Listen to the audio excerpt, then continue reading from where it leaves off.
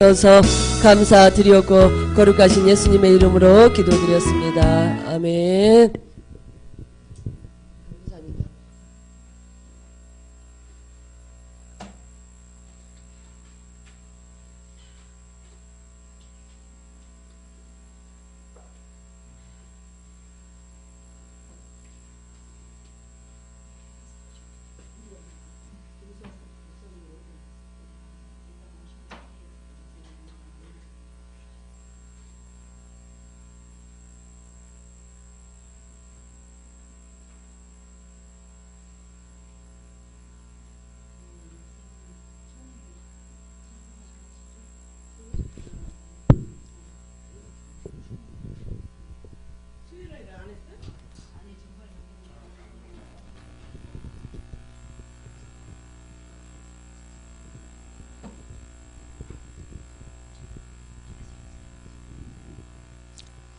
기도하시겠습니다. 좋으신 아버지, 오늘 죽전 새생명교회에서 이미 4년 전에 시작하신 힐링과 멘토를 사기들이 모여서 하는 둘째 날입니다. 고맙고 감사함을 돌려드리며 참으로 귀한 소중한 시간들을 살아낼 수 있도록 인도해 주신 아버지께 다시 한번 영광을 돌려드립니다. 처음 시작이 오니 끝나는 시간까지 함께하여 주시옵소서. 예수님의 이름으로 기도합니다. 아멘. 자, 교재는 영적 존재로의 인간학 13쪽입니다. 목사님께서 노회 참석하러 가셨어요. 어제 벼랑간에 소식을 저녁 때 들었습니다. 이따 오후에 오실 거예요. 자, 13쪽입니다. 사람의 영적 존재로 인간학 황수환 교수님 지금 13쪽입니다. 이제 들어가는 말. 자, 많은 분들이 신학하면은 많은 어떤 편견을 좀 가지고 있는 것 같습니다. 저도 좀 그랬었고요.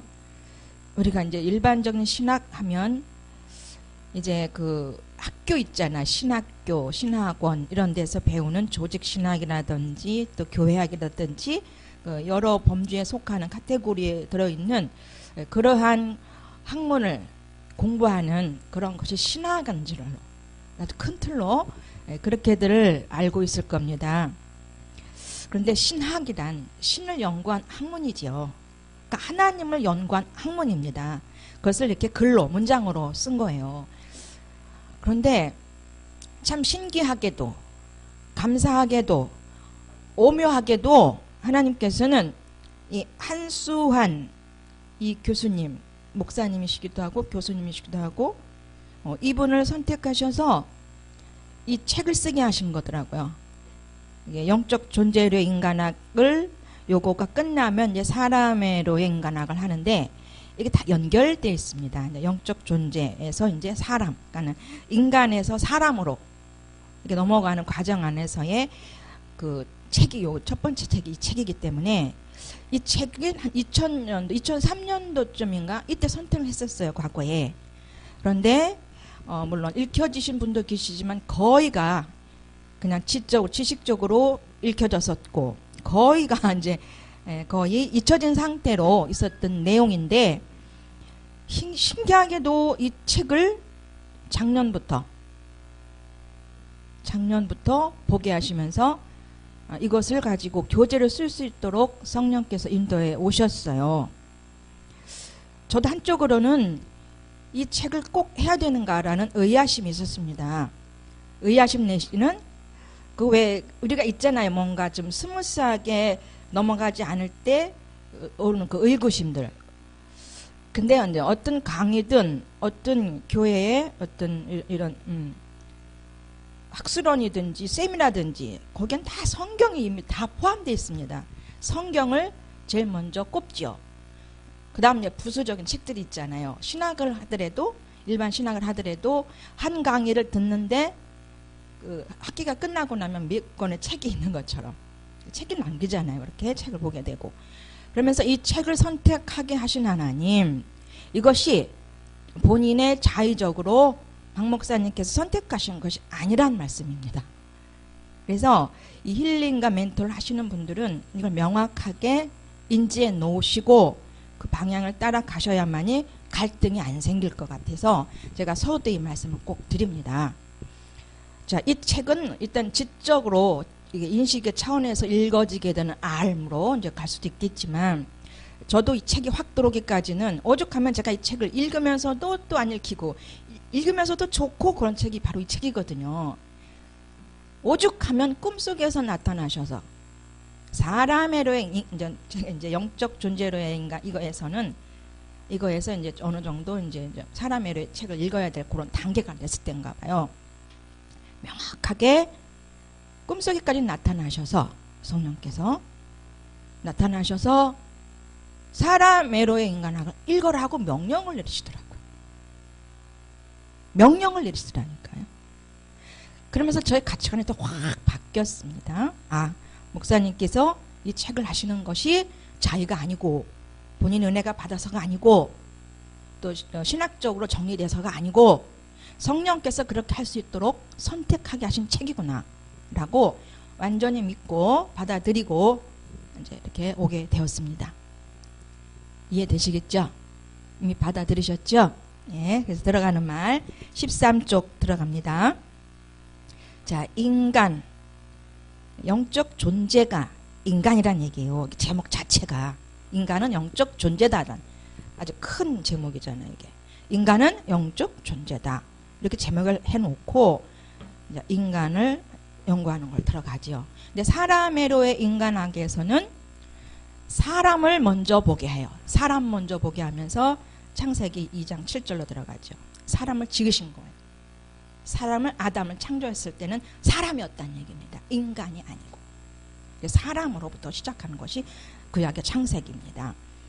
근데 이제 이 책은 이것이 이제 순서인데, 이 책은 인간학을 살피는데, 인간들을 살피는데 이제 존재로서, 그러니까 세속적 존재로서의 인간학부터 또 살펴요.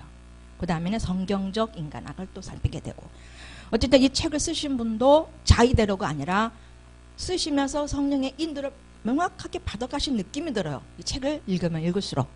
예. 자, 보겠습니다. 이 시간에는 제가 어디까지 할 거냐면은요.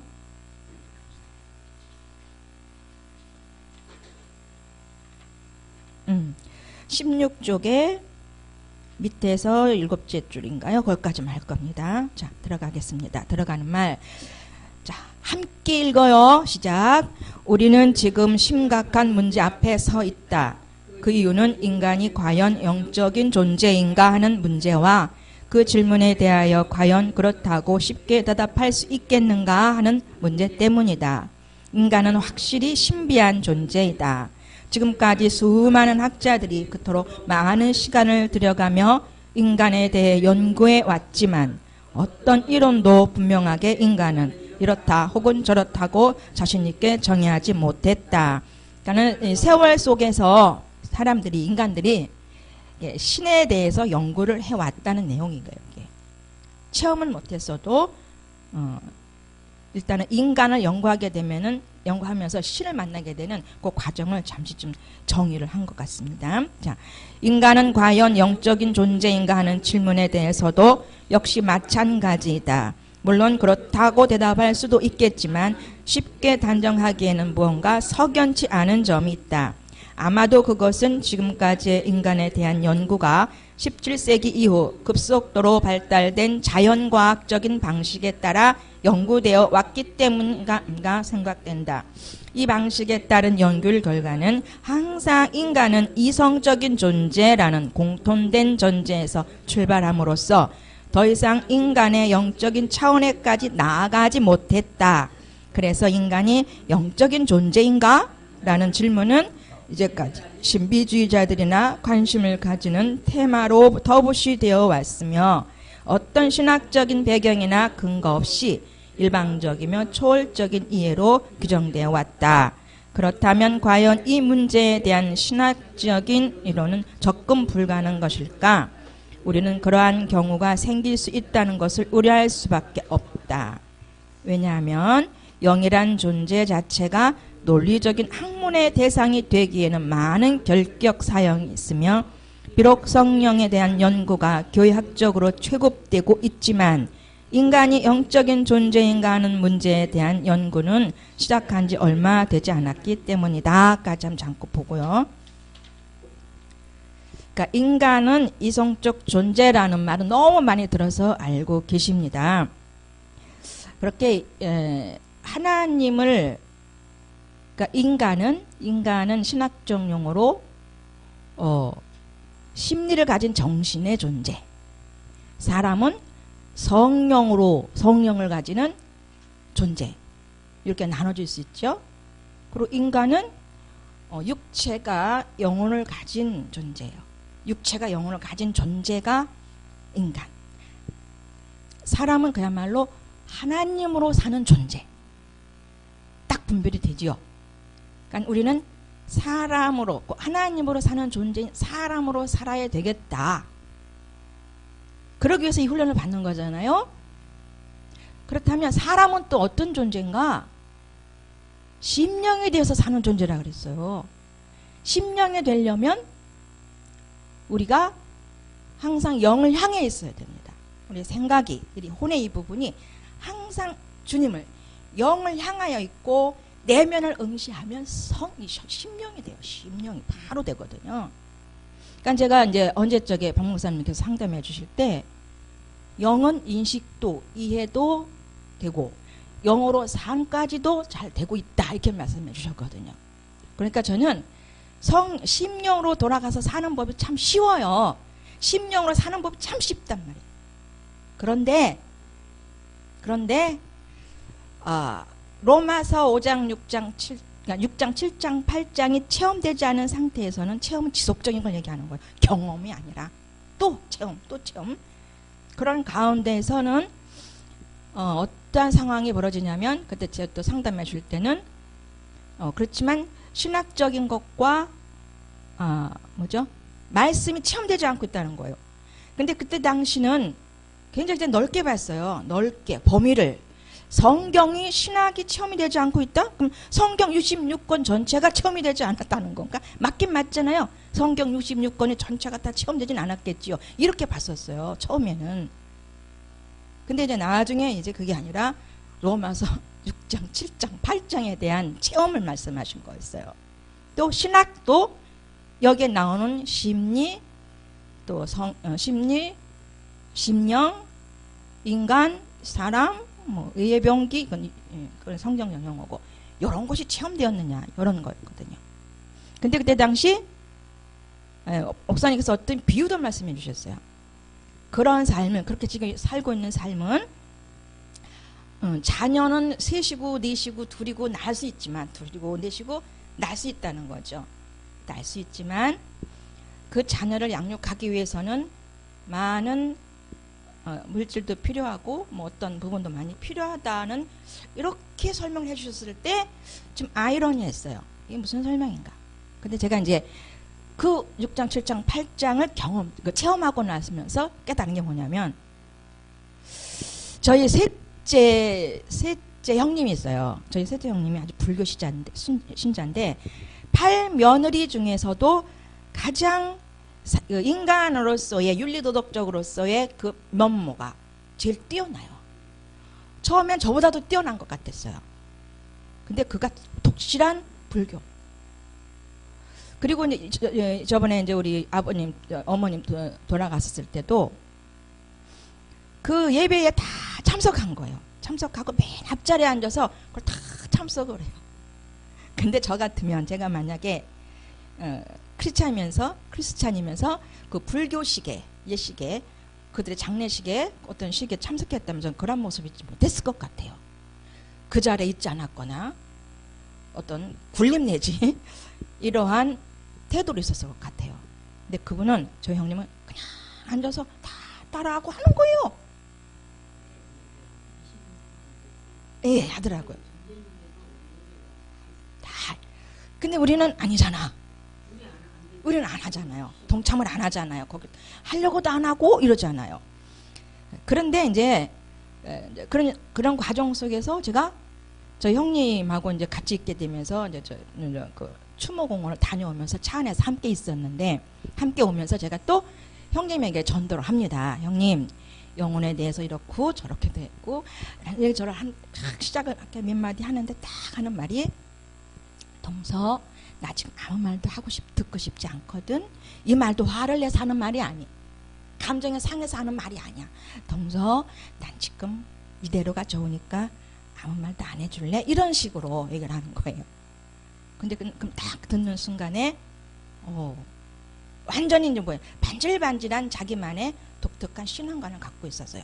그 형님은 불교, 모태불교 신자니까 참 안 바뀌더라고. 그 기본 앱이, 깔려진 앱이, 정신이 바탕 화면이 안 바뀌어. 설정을 너무 강하게 해놔가지고 핸드폰 보면 설정하잖아요. 그런데 이제 제가 쭉 이번에 그런 말씀을 들으면서 그게 생각이 났어요. 그게 그런 거였구나.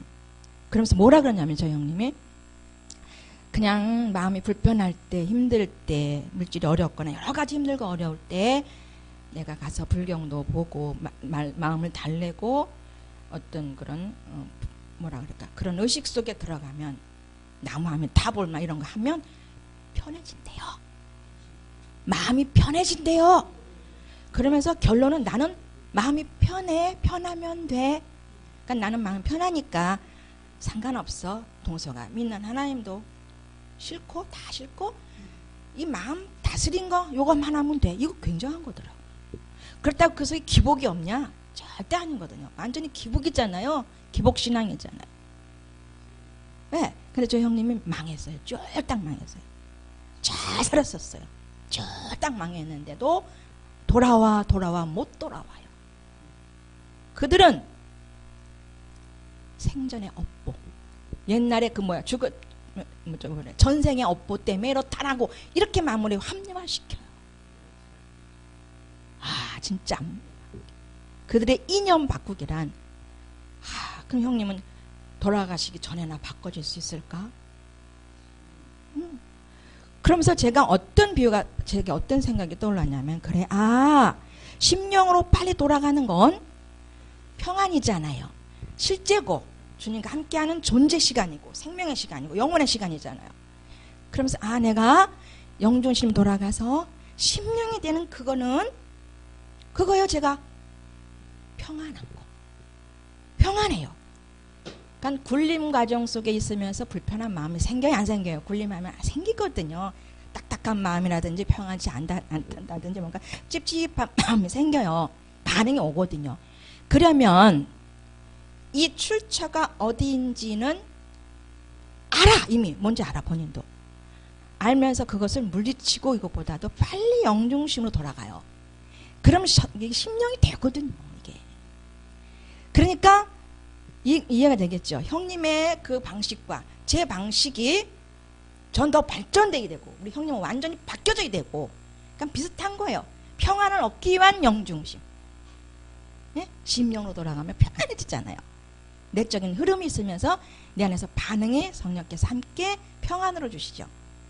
그러니까 심령으로 돌아가면 이미 가치관은, 정신은 하나님 중심 되는 거고, 그래서 마음의 평안을 찾기 위해서, 그래서 그 흐름을 방해하지 않기 위해서 빨리 나의 생각과 마음을 빨리 영중심으로 바꾸면 또 바로 돼요.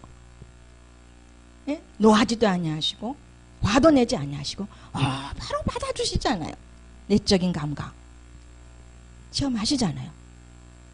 그래서 저는 심령으로 살아가는 게 참 쉬워요. 근데 이번에 그거 5가지, 이번에 그런 6가지 그런 단계와 함께 저의 그 바뀌어질 부분, 굴림의 부분을 확 바꿔주시면서 심리와 심령과 인간과 사랑과 그 신학적인 것과 함께 쫙 해결이 됐어요. 체험이 된 거지요, 이게. 그러니까 왜 감자 캘 때 감자는 쑥 보면 도덕 따라오는 것처럼 그러한 열매를 걷게 하셨거든요. 이제는 육신에 돌아가지 않죠. 그 굴림이라고 한 오래된 그 나의 관습 내지는 그 육의 생각, 그 죄성에서 벗어난 게 저를 탈피시켜 주셨잖아요. 아시겠죠? 이해가 되죠? 이게 뭔지. 굉장히 자유해지고 더 성령 안에서 심령으로 되어지는 게 더 쉽고, 이것이 참 생명의 영원한 삶을 우리가 지금 누리게 하시는 줄 믿습니다. 그렇다고 해서 제가 늘 심령에 있는 건 아니올시다예요. 이해되시죠? 심리로 가는 적도 무지 많습니다. 빨리 또 데리고 오죠. 근데 하나님께서는 진짜 24시간, 단 2시간 빼고라도 20시간만이라도 나와 함께 있자. 하나님 정신이 되어서 영중심으로 성령 안에서 심령으로 살아서 누리자라는 것이죠. 이해가 되시죠? 네. 근데 지금 분명은 될 거예요. 근데 저는 조금 더 쉽고 조금 더 자주 한다는 것 뿐이에요. 그 삶이 더 온전한 정신으로 살아질 때까지 가야 되겠죠. 근데 그것도 지금까지 이끌어 오신 하나님께서 그 다음도 아버지가 만들어 가실. 그걸 또 체험하고 하고 나니까 더 나를 아버지께 맡기게 되고, 저는 더 온순한 양같이 겸손의 모습으로 나를 드러내지 아니하고 나의 외적인 어떤 부분에 자꾸 나가면서 영중심이 있기를 자원하면서 가는 상태로 이끌어 가시더란 말씀입니다. 예. 자, 보겠어요. 넘어갑니다. 영이란 존재 자체가 논리적인 학문의 대상이 되기에는 많은 결격사항이 있다. 그러니까 영은 뭐예요? 하나님의 창조에서 우리에게 넣으신 거잖아요. 하나님께서. 예? 부모님의 DNA를 통해서 DNA가 만날 때, 접촉이 될 때 하나님의 영이 싹 들어오면서 산혼이 되죠. 생명이 되는지라. 이렇게 산혼이라고 그러잖아요. 그러니까 영이 들어와야 육체도 연결되고, 영이 들어와야 혼도 생겨나고, 그러니까 인간의 뿌리는 뭐다? 영이다. 우리의 뿌리는 영이다. 곧 하나님의 영이 이미 부모님으로서부터 타고난 거잖아요. 영적 존재인 거잖아요. 이게 신학적으로도 맞잖아요. 영적 존재잖아요. 성경적으로도 맞고. 그러니 영의 사람이 돼야 되겠어요? 말아야 되겠어요? 자, 영의 사람이 되기 위해서 지금 모인 겁니다. 엄청 많이 모였어요. 70명 모였어요. 70명. 7,000명이 모인 줄 믿습니다. 예, 발 앞에 무릎 꿇지 않은 7,000명이 모였어요. 방송으로 모이고 전국에서 다, 외국에서 다 모이게 하시는 줄을 믿습니다. 이 훈련을 받다 다 된 줄 알고 계시는 흩어진 디아스포라다. 영성훈련을 그리워하며 그 진정성, 우리 안에 그 생명의 진정성은 자꾸 영을 향하게끔 돼 있거든요. 본질을 구하게끔 돼 있고 본질을 향하게끔 만들어졌어요.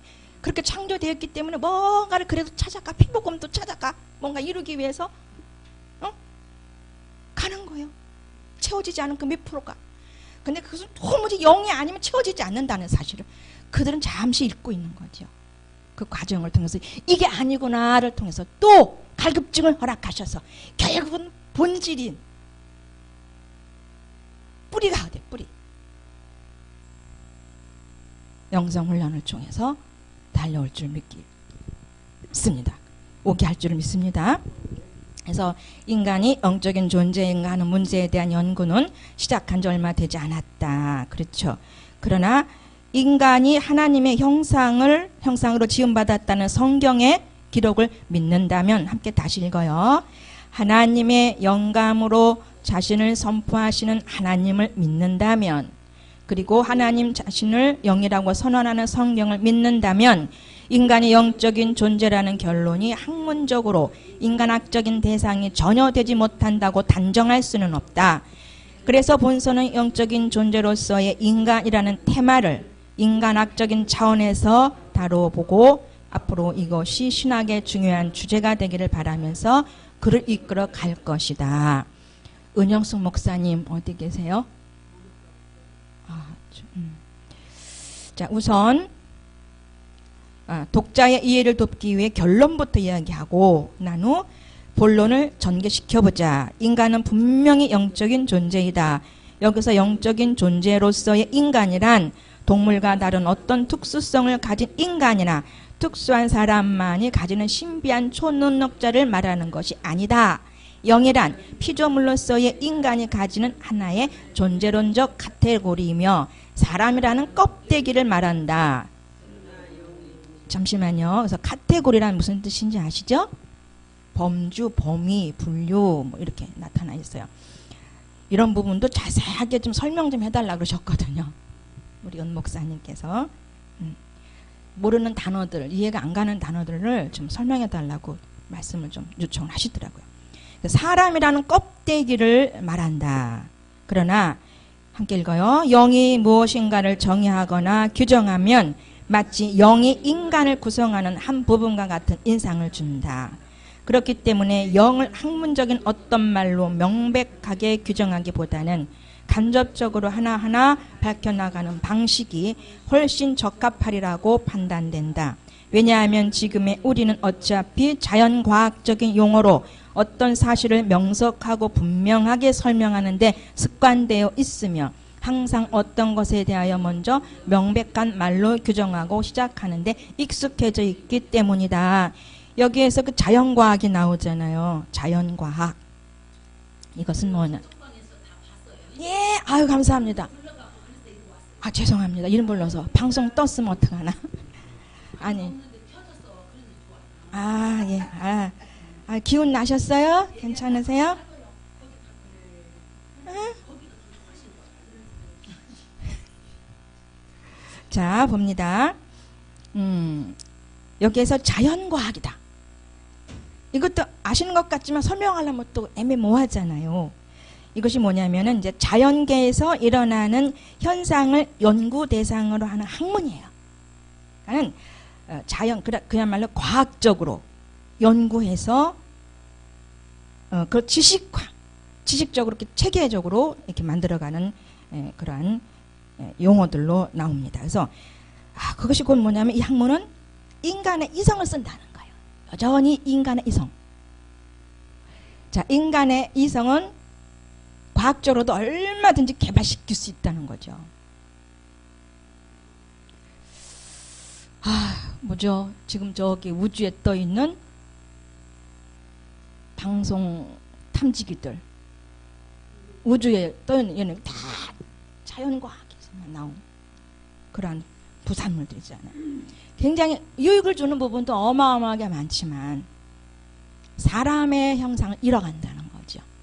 이성을 쓰면 쓸수록 기계로 나가면 나갈수록 자본주의로 가면 갈수록 물질주의로 가면 갈수록 그래서 신, 영, 하나님이 개입되지 않으면 우리는 죽은 존재로 살 수밖에 없고 날마다 싸우고 경쟁하고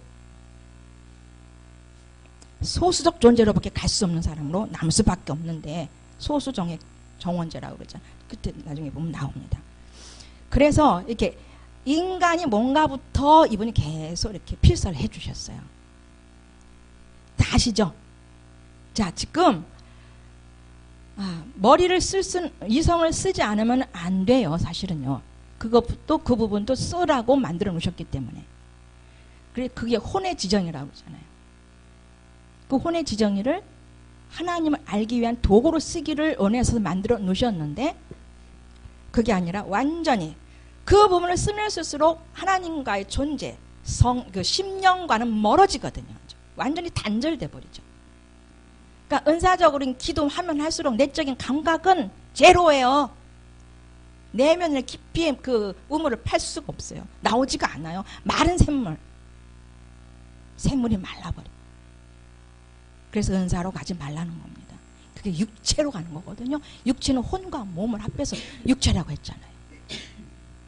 근데 그 부분을 은사로 활용해서 그 부분을 또 개발은 시켜주셔서 은사적인 지각은 또 열어지셔야 돼요. 사실은요. 은사적 지각이라고 그러죠. 영적 지각도 필요하지만 은사적인 지각도 필요하면서 그거는 이제 그 신령한 집을 짓기 위해 성장하기 위해서 부분적으로 잠시 쓰는 도구일 뿐이에요. 물론 나중에도 계속 더 그 다음 단계로서의 은사를 쓰는 그런 차원도 있지만 제 얘기의 본질은 뭔지 아시겠죠? 인간에서 사람이 되기 위해서는 부지런히 성령 안에서 영중심으로 돌아가야 된다. 나의 내적인 나의 내면의 영을 발견해서 거기에 그 존재 안에 늘 있어야 된다는 거죠. 그러니까 예수님께서 말씀하셨어요. 졸아. 본인이 예수님께서 기도하러 올라가셨는데 내려오니까 제자들이 졸고 있어. 그러면서 하시는 말씀이 너희들이 한시도 나와 함께지 못하겠느냐.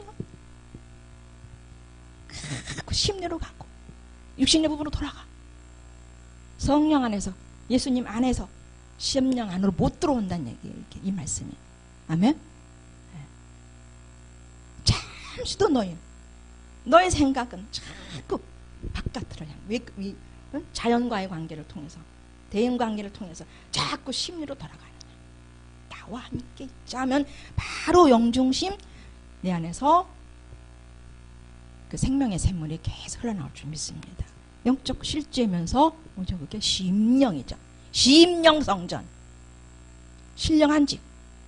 심령 성전은 신령한 성전을 만들고 그 성전의 삶을 살아드리는 거죠. 그래서 아시겠죠? 자연과학이 어떤 것이다. 자연계에서 일어나는 현상을 연구 대상으로 하는 것이다. 인간의 이성을 활용하는 거다. 그러면서 굉장히 합리적이고 논리적인 방법으로 계속 쪼개요. 자, 머리를 쓰면 쓸수록 머리 쪼꼬를 아파요. 저도 심리, 이성 쪽으로 들어가면 쪼꼬리 움직여. 이 안이 비워지질 않아요. 이해가 되죠?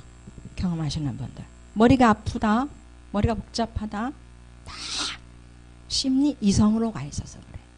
자기 중심, 자기 생각으로 가. 육신으로 돌아가 있어서 머리가 아파요. 눈도 아프고. 근데 바로 심령으로 돌아가면, 심령이 되어지면, 사람이 되어지면 그런 증상이 없어요. 그야말로 날아가는 듯한 영적인 감각도 몸도 이렇게 느껴집니다. 이게. 네. 거기에 이제 밑에 굉장히 그 좋은 말씀 그렇게 써놓은 부분이 있는데, 저는 지금 굉장히 넘어가겠습니다. 함께 읽고 넘어가요. 이건 굉장히 분명한, 중요한 것 같습니다. 14쪽의 맨 밑에 그 1번 인간이 영적인 존재인가 하는 이 부분 함께 읽겠습니다. 시작. 인간이 영적인 존재인가 하는 질문은 인격주의자들에 의해 의미있게 연구된 줄로 안다. 여기서 영적이라는 말은 정신적이라는 의미를 포함하고 있다. 그러나 정신적이라는 말은 철학에서 논하는 사유하는 능력으로서 정신을 말하는 것이 아니라 사람을 사람되게 하는 것, 즉 인격과 관계되는 존재를 말한다.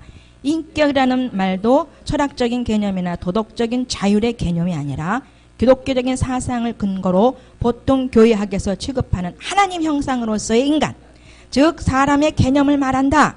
인격은 오로지 하나님을 지칭할 때 사용되는 말이다. 이 책에서의 영적 존재로서의 인간이란 의미는 인간이 인격적인 존재인 하나님과 관계할 때 비로소 영적인 존재 또는 사람이 될 수 있다는 뜻이다. 아멘. 저는 이 부분에 이 말씀, 인격으로 만난 최초가 거듭날 때거든요. 중생할 때. 그러면서 성령께서 내가 앞으로 강의를 하게 되면, 강사를 하게 되면 저는 아니요, 강사 강의 못해요.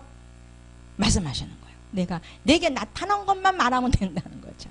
꿈에서 보여주시든 말씀을 하셨든. 그러면서 내 안에, 내 영에 내가 들어가는 것이 중생이다. 이걸 외치다. 거듭나는 거라고 그걸 외치라 하시더라고요. 그러니까 하나님의 인격이 나의 인격에 들어오는 거예요. 내가 인격이 되는 거예요. 그런 만남, 인격 대 인격의 만남. 그래서 사안영역 순간 되는 거죠. 그래서 새로운 가치관, 새 자아가 생기면서 지속적인 다루심은 계속 있었지만 이렇게 인격의 만남이라는 거예요. 거듭남은 하나님의 인격을 만나는 것이다. 그리고 또 두부 얘기하셨죠? 콩 얘기하셨고, 그건 저는 안 할게요. 많이 하셨기 때문에 넘어가겠습니다. 15쪽입니다. 그 자연과학적인 용어로 어떤 사실을 명석하고 분명하게 설명하는데 습관화되어 있다. 항상 어떤 것에 대해서 명백한 말로, 자, 명백이란 뜻은 밝을 명자 흰백자입니다. 의심할 여지 없이 뚜렷하게 명백하게. 자, 명백이란 것은 아는데도 또 말로 표현하려면 또 그렇잖아요. 언어화 시키려면 아주 뚜렷하게 규정하고 시작하는데 익숙해져 있기 때문이다. 그러니까 그렇게 체화되어 있다는 거예요. 이러한 방식은 지금까지 서구인들이 자연을 연구할 때 즐겨 사용하던 방식인데, 함께 읽습니다. 마치 인간 정신이 기술과 객관적인 서술로 설명될 수 있는 존재인 것처럼 오해하게 만든다. 그러나 단언하지만 인간은 결코 분석적 언어나 명백한 객관적 표현 방식으로 묘사할 수 없는 존재이다. 영적인 존재로서 인간을 어떻게 실증적이고 분석적인 언어로 정의할 수 있으며 한마디의 구체적인 말로 명백화시킬 수 있겠는가? 명백히 정의하기는 어렵지만 인간은 영적인 존재이며 또한 영적인 존재여야 한다. 이것은 이 주제에 대한 처음이요 마지막 말이기도 하다. 아멘이잖아요. 이게 신학적 용어면서도 아멘이면 신학이 체험된 거죠. 예? 영적 존재가 체험된 겁니다. 거듭날 때 이미 체험됐고 훈련하면서 계속 또 체험되어 자가잖아요. 인격과 인격의 만남이 이루어지잖아요. 근데 이 부분이 잘 안 된 분들은 아무리 성장했다 할지라도 희미할 수 있어요. 그래서 우리가 재훈련을 하는 겁니다. 재훈련 했잖아요. G3도 하고 또 나중에 또 어떤 훈련도 하고. 근데 지금은 힐링과 멘트를 통해서 더 명확하게, 그래서 영, 홈, 몸, 정신, 심리 부분을 더 명확하게 구체적으로 한 부분 명확하게 인식시키시고 또 경험케 하시고, 그런 부분을 훈련 받았을 때 영적인 것은 이런 거였다, 혼적인 것은 이런 거였다, 몸, 정신, 심리는 이런 거였다고 명확하게 나눌 수 있도록, 증언할 수 있도록 우리를 바꿔가게 하시는 줄을 믿습니다. 다 체험시키시고 알게 하시면서 그건 그땐 일이 있었어 명확히 알려주시잖아요. 임신을 했는데 임신했는지 안 했는지는 아니잖아요. 그죠? 밥은 먹었는데 밥은 먹었는지 안 먹었는지 아니잖아요. 배는 부르잖아요. 분명히 어떤 현상이 우리 안에 나타나거든요. 분명히 성령께서 함께 하시면서 거기에 인식시켜 주시고 인쳐 주시거든요. 제가 이제 감정 탈피 될 때도요, 감정 탈피 딱 시키는데 카도시라는 거, 카도시가 거룩이면서 분리시킨다는 거거든요. 이방인들 가운데 딱 드러낸다는 것도 카도시의 뜻이고 거룩의 뜻이기도 하면서, 그러면서 그 감정 분리시켰을 때 육신에서 감정 탑을 탁 시키실 때 진짜 어떤 불칼로 도려낸 듯이, 불칼로 도려내면 그 자국이 있잖아요. 그 어떤 통증 내지는 어떤 느낌, 통증은 아니고 그것이 있어요. 우리 신성신 목사님 경험하신 것 같아요. 언제적에. 근데 그 감정이 쫙 처리가 되니까 탈피가 되어지니 그 다음부터는 감정 안 일어나요. 거의 안 일어나죠. 완전히는 아니에요. 근데 이제는 안 일어나요. 감정이라는 그 자체 상태가 이미 마귀에게 넘어간 거예요. 내가 지금 감정이 올라오면 마귀에게 장악당한 거죠. 순간. 육신의 배후에는 뭐가 있다? 마귀가 있다. 참 마귀란 말 용어 쓰기 싫잖아요. 근데 분명코 성경에는 육신의 배후 마귀가 존재한다는 거예요. 영의 세력이죠. 영적인 존재. 7 귀신 데리고 들어오잖아요. 7 마귀 데리고 들어오잖아요. 더 복잡해지고 도대체 모르겠고 더 엉클어지는 것 같고 그렇죠. 육신 중심으로 돌아가면 그래요. 복잡 다단해지죠. 뭐부터 풀어야 될까? 어디부터 시작을 해야 될까? 그러면서 사무엘 말고 사울왕 생각나는 거예요. 그가 하나님 신이 떠나져 버리니까 엔돌무당을 찾잖아요. 그게 종교적 본질 심리더만 그게. 종교는 어쨌든 이방 종교도 다 신을 찾게끔 본질은 그렇더라고요. 불교도 마찬가지로 잃어버린 존재가 잃어버린 그 형상을 찾아가는 것이 종교라고 신학적 용어로 나와 있더라고요. 이런 부분들이. 근데 우리는 명확한 하나님은 종교가 아니죠. 생명을, 기독교란 한마디로 생명을 전파하는 운동이다. 생명을 전하는 운동, 생명을 나누어주는 운동. 가겠습니다. 우리가 세운 결론을 위해 영적인 인간론과 대립되는 세속적인 인간론을 먼저 설명하면서 세속적 인간학의 한계를 생각해야 한다. 왜냐하면 영적인 인간론과 가장 대립하는 인간론은 아무래도 세속적인 인간학이기 때문이다. 세속적인 인간학에서는 인간을 어떤 존재로 보는지 살펴보고 결론은 굳히는 것이 순서일 것이다. 인간은 영적인 존재다라는 결론에 가장 강하게 대립되는 세속적인 인간관의 모토는 아마도 인간은 이성적인 존재이다라는 주장일 것이다. 여기서 모토라는 용어, 모토 아시겠죠? 뭔가는 아시겠는데 또 말은 못하겠죠. 뭐냐면 길잡이, 또 지침, 또 지침이 되는 신조 이런 뜻이래요. 자, 모토는 아마도 인간은 이성적인 존재이다라고 주장일 것이다. 이 인간과는 너무나 오랫동안 학문과 철학적 인문주의의 많은 배경과 근거를 안고 치밀한 이론과 확고한 체계를 다져왔기 때문에 대부분의 많은 사람들은 이 사실을 절대적인 진리로 생각하고 있다. 이 사상이, 이 체계가, 이 인문주의 이런 부분들이 오래전서부터 계속 내려왔기 때문에 그것이 맞는 것처럼, 그게 옳은 것처럼 이성이 받아들인다는 거죠. 그러니까 저와 여러분들도 하나님 안에 오기 전에는 이런 사람들이었거든요. 어떻게 하면 공부 열심히 할까? 어떻게 하면 공부 잘할까? 그런 생각 공부들 했나요 혹시? 완전히 고기 보는 존재로서. 그러니까 인문주의라는 것은 이제 그 휴머니즘이라는 뜻입니다. 인문주의. 그래서 인간성을 존중하고 문화적 고향의 발전을 목표로 하는 사상이 인문주의다. 다시 한번 불러드릴게요. 휴머니즘이라는 뜻이고 인간성을 존중하고 문화적 교양의 발전을 목표로 하는 사상이다. 인문, 여기서 사람 인자, 그럴 문자를 쓰는 거예요. 그러니까 문자를 가지고 문자를 만들어서 계속적으로 영적인 존재가 아닌 이성적인 존재 속에 머물 수밖에 없도록 본인 스스로가 이끌려가는 거예요. 이것을 절대적인 진리로 생각하고 있었다는 겁니다. 그러니까 절대적인 진리가 아니라는 거죠. 그것을 또 설명이 또 나오죠. 이성적인 동물이라는 지엽적인 특성으로 치우치게 했다고 밑에 있어요.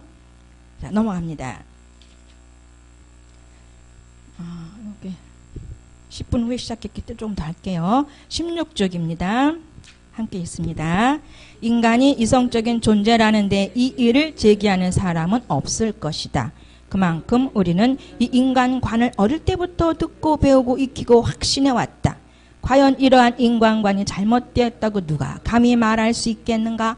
인간은 호모사피엔스, 호모파보로서의 인간이다. 이상을 가진 인간은 무엇이든지 제작할 수 있으며 자신의 창조적인 능력으로서 제작한 것을 가지고 자연을 문화적 공간과 살기에 적합한 세계로 만든다. 자연과 문화에서 세계란 개념이 나왔다. 자, 이성적인 사람, 감성적인 사람이 있다 그러잖아요. 자, 이성적인 사람이고 저도 이성적 사람이라고 그러더라고요. 상담을 하니까 이성적인 사람이라 생각 속에 또 어떤 따지는 속에 논리 속에 간다는 거예요. 그렇지만 감성적인 사람 그게 없어요. 그냥 감정대로 가. 감정이 상하면 빨리 이성으로 돌아가셔야 돼. 혹시 감정이 잘 상하는 분이 있으면 감정을 빨리 발견해. 이 감정 발견하는 것도 능력이에요. 울퉁불퉁한 감정. 이 감정이 이게 영의 감정은 아닌 건 알잖아요. 그럼 빨리 이성으로 돌아가서 이때 은사 활용해요. 아버지 이거 뭐예요? 이 감정은 어디서 온 거죠? 이성의 그 은사 활용하는 거죠. 또 이성적으로 논리적이고 자기중심적이고 개인주의고 뭐 이런 분들은, 머리를 많이 쓰시는 분들은, 쪼개기 잘하시는 분들은 좀 하나님의 감정으로 들어가기 위해서 좀 감정, 좀 내면으로 좀 들어가서 설정, 내 안에 계시는 그분에게 좀 노크를 하시면서 심령으로 들어가기를 자꾸 좀 해보시기 바랍니다. 그런데 인간은 이미 만들었을 때부터 너는 이성적인 사람이야, 너는 감성적인 사람이야 라고 딱 정해놓은 게 아니라 다 가지고 있다는 거예요. 이성적인 것, 감성적인 것을 다 가지고 있는데 어느 쪽에 더 치우쳐 있느냐에 따라서 요만큼, 그러니까 감성적인 게 40%, 이성적인 게 60%면 너 그냥 이성적인 사람으로 이렇게 간주하는 거죠. 왜? 거길 더 많이 쓰니까.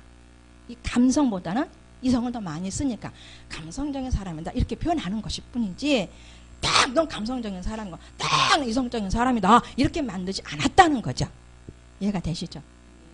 여기 동의도 되시죠? 네. 자, 세계는 인간 앞에 그냥 서 있는 어떤 낯선 것이 아니다. 세계는 인간의 창조적인 자유와 이성의 능력이 활용되어 자연을 인간이 살기에 적합한 장소로 만들어진 문화적 공간을 가리킨다. 이것을 세계라고 하는 거예요. 따라서 세계란 단순히 우리 눈에 보이는 가시적인 자연 공간이 아니라 문화적인 자연 또는 자연적인 문화를 의미한다. 인간이 생존을 위해 자연을 제작, 가공하여 만든 문화적 공간이 바로 지금 우리가 알고 있는 세계의 개념이다. 그래서 세계의 개념에는 인간은 본질적으로 이성적인 존재이며 이성의 능력으로 자연을 정복하고 지배하여 결국 인간 이성의 무릎 아래 꿀렸다는 승리자인 인간 찬가가 들어있다. 그래서 우리가 세계라는 말을 생각할 때 항상 승리자로서의 인간, 피지배자로서의 자연이라는 극단적인 이원론의 구조로부터 생각할 수밖에 없다. 이렇게 만들어졌다는 겁니다. 모든 문화가 그 사람, 그 인간들의 이성 안에서 창조되고 만들어졌다는 것인데, 이렇게 있다 보면 영의 사람이 아니라 코기토의 사람, 육신의 사람들로 그렇게 발전되어 갈 수밖에 없고 거기에서 영적인 존재 하나님을 만날 수도 없다는 그런 말씀이 뒤에 또 이어질 거예요. 앞으로. 그러면서 저는 진화론이 나오겠지만 예수를 딱 믿고 나니까 진화론이부터 안 믿어지는 거예요. 왜? 도대체 지금 있는 원숭이는 왜 사람이 안 됐지? 이것도 성령께서 깨닫게 해주시니까 바라보게 되는 거죠. 그 이전에는 뭐 그런 생각도 없이 살았어. 그냥 먹고 마시고 그런 것만 해서 살았지. 성령께서 딱 아직 거듭나기 이전에 지적인 영의 지각을 열어가시면서 그렇게 깨닫게 해주시는 거예요. 왜 안 됐어? 그러면서 시험 공부했던 게 억울하고 진화론에 대해서 진화론의 그 사람이 누가 있나 다 잊어버렸네. 그거에 대해서 공부했던 게 다 그런 것도 막 억울하고 그래서 새벽 기도에 가서 얼마나 부르짖어 기도했는가 몰라요. 그런데 하나님의 영이 우리 안에 들어와 보니 그런 것이 아니다. 이성을 활용하면 안 되겠다. 물론 필요한 부분이지만은 하나님을 더 알기 위해서 영의 부분을 더 알기 위해서 혼의 지정의를 성령 안에서 활용할지언정 개발해 갈지언정 육신의 것을 위해서 도모하고 발전하는 보이는 것에 매달려 사는 창조해가는 그러한 것에서 탈피할 수가 있다는 겁니다. 이미 저 여러분은 그러한 존재로 만들어 가셨고 지금도 계속 이끌어 가고 계시는 줄을 믿습니다. 그래서 재창조 우리 영혼 몸의 재창조를 위해서 오늘도 부단히 성령께서 우리 안과 밖에서 이끌어 가심을 믿고 감사함을 돌려드릴 수 있는 시간 되기를 바랍니다. 감사합니다.